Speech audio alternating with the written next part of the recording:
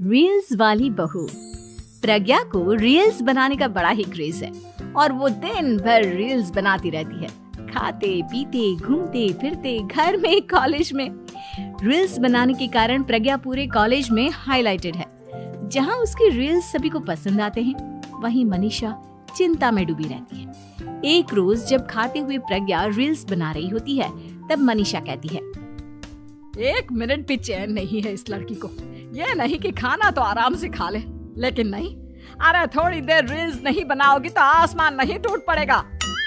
अरे मम्मी, इसी को तो कहते हैं डिटर्मिनेशन। तुम नहीं समझोगी ये सब। भगवान, इस लड़की को सद्बुद्धि दे। जब देखो तब टेढ़ा बाका मुंह बनाती रहती है। मनीषा की बात का प्रज्ञा पर जरा भी असर नहीं होता और वो खाते खाते रील्स बनाती रहती है। दिन बीतने लगते हैं और देखते देखते प्रज्ञा का कॉलेज भी खत्म हो जाता है। आए दिन कोई ना कोई मनीषा को प्रज्ञा की शादी करवाने का सुझाव दे जाता है। सब ठीक ही कहते हैं, प्रज्ञा की शादी कर देनी चाहिए। अपने घर के काम काज में व्यस्त हो जाएगी तो खुद ही ये रील्स और नाच गाना बंद हो जाएगा।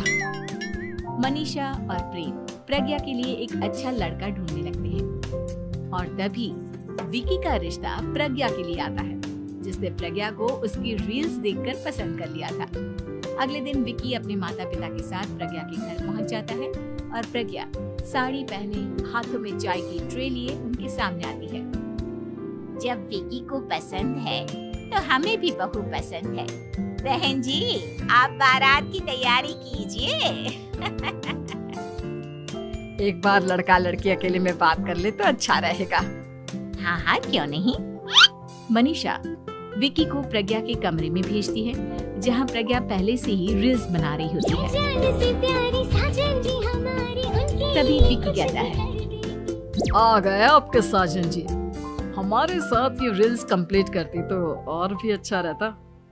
अच्छा जी, अब आ ही गए हैं तो बना ही लेती हूँ आपके साथ। दोनों मिलकर रील्स बनाते हैं।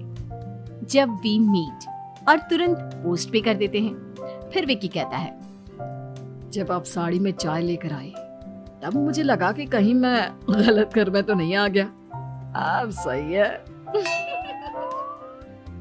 दोनों की शादी पक्की हो जाती है और शादी के दिन भी प्रज्ञा रील्स बनाने से चूकती नहीं।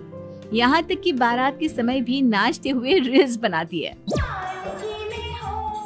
सभी लोग प्रज्ञा की तारीफ के पुल बांध देते हैं और प्रज्ञा नाचती गाती अपने ससुराल चली जाती है।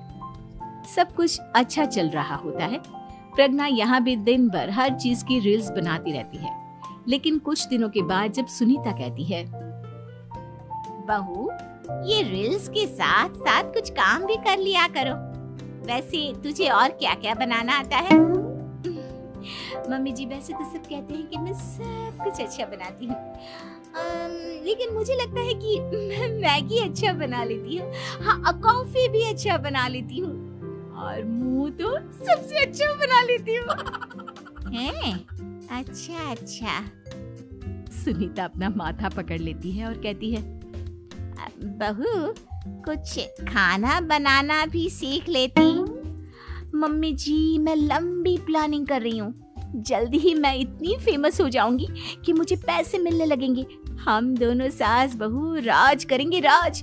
नौकर काम करेंगी और लोगों की तो लाइन लगेगी हमसे मिलने के लिए। तेरा दिमाग खराब हो गया है क्या बहू? हंसी मजाक तक ठीक है, लेकिन इस तरह घर नहीं चलते। जितना जल्दी हो इस घर के तौर तरीकों को सीख लो। प्रज्ञा मुंह घुमाकर चली जाती है और तुरंत उसी वक्त एक रील बनाती है।